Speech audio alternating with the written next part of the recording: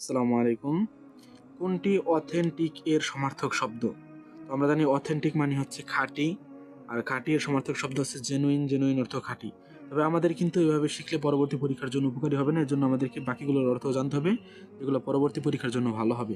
Rare অর্থ দুর্লভ, expensive ব্যয়বহুল, ফেক নকল বা ভুয়া এই ধরনের। কোনটি ফিজিবলের সমার্থক শব্দ?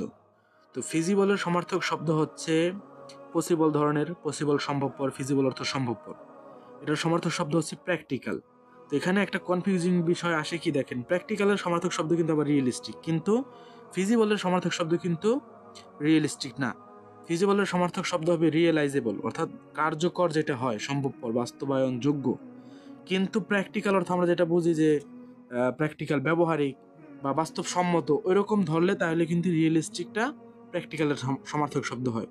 কিন্তু আমরা অনেকে মনে করতে যেহেতু এই দুইটা এক আছে, আমি এটার অর্থ জানি না, এরকম যদি কোনোটা হয় না জানি, তাহলে এই দুইটা যেহেতু সমার্থক শব্দ, এটা তো হবে, এই দুইটা একটা হবে না, তাহলে অন্য কোনোটা হবে, এরকম কিন্তু ভুল করা যাবে না।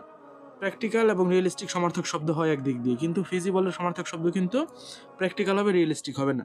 প্র্যাকটিক্যাল যেটা কার্যকরযোগ্য, সম্ভবপর, বাস্তবায়নযোগ্য, ইম্পসিবল পসিবল না, সম্ভবপর না, এটা হচ্ছে ফিজিবলের বিপরীত শব্দ হবে। এবং ডিফিকাল্ট অর্থ কঠিন।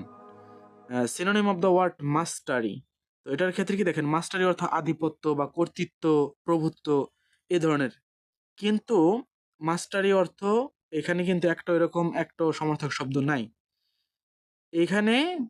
যেটা আছে মিস্ট্রি যদি হতো, মিস্ট্রি অর্থ হচ্ছে রহস্য, সেই ক্ষেত্রে ইনিগমা হতো, ইনিগমা অর্থ রহস্য বা বিভ্রান্তিকর অবস্থা। কিন্তু বাকিগুলো যেগুলো আছে, অ্যান্সার অর্থ উত্তর, সলিউশন, সমাধান। ক্লু, ক্লু মানে হচ্ছে সূত্র।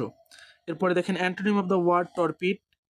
টর্পিড অর্থ হচ্ছে বিষণ্ণ, অবশ, অলস এই ধরনের। তাহলে আইডল, ইনডোলেন্ট, লেজি এগুলো সবই অর্থ হচ্ছে অলস।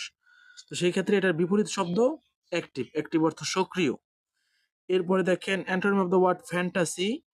ফ্যান্টাসি হচ্ছে অলিক কল্পনা, উদ্ভট কল্পনা। তো এটার যেহেতু অ্যান্টোনিম চাইছে, দেখেন ইলুশন অর্থ কিন্তু মোহ, বিভ্রম, প্রায় কাছাকাছি। ড্রিম, এটাও কিন্তু যেহেতু আমরা স্বপ্ন জানি, এটা একটা অলিক কল্পনাও হয়। ড্রিম অর্থ ডে ড্রিম বা ড্রিম এ ধরনের অলিক কল্পনাও বোঝায়, সেক্ষেত্রে এগুলো সমার্থক শব্দ।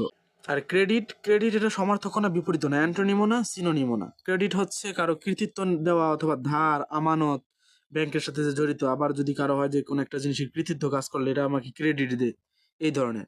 তো সেই ক্ষেত্রে ফ্যাক্ট, ফ্যাক্ট জিনিসটা পুরাপুরি এটার বিপরীত। ফ্যান্টাসি হচ্ছে উদ্ভট কল্পনা, ফ্যাক্ট হচ্ছে প্রকৃত ঘটনা বা সত্য তথ্য, সত্য এরকম। ধন্যবাদ, বাকিগুলো আমি আস্তে আস্তে অন্য শর্টে দিব। আসসালামু আলাইকুম।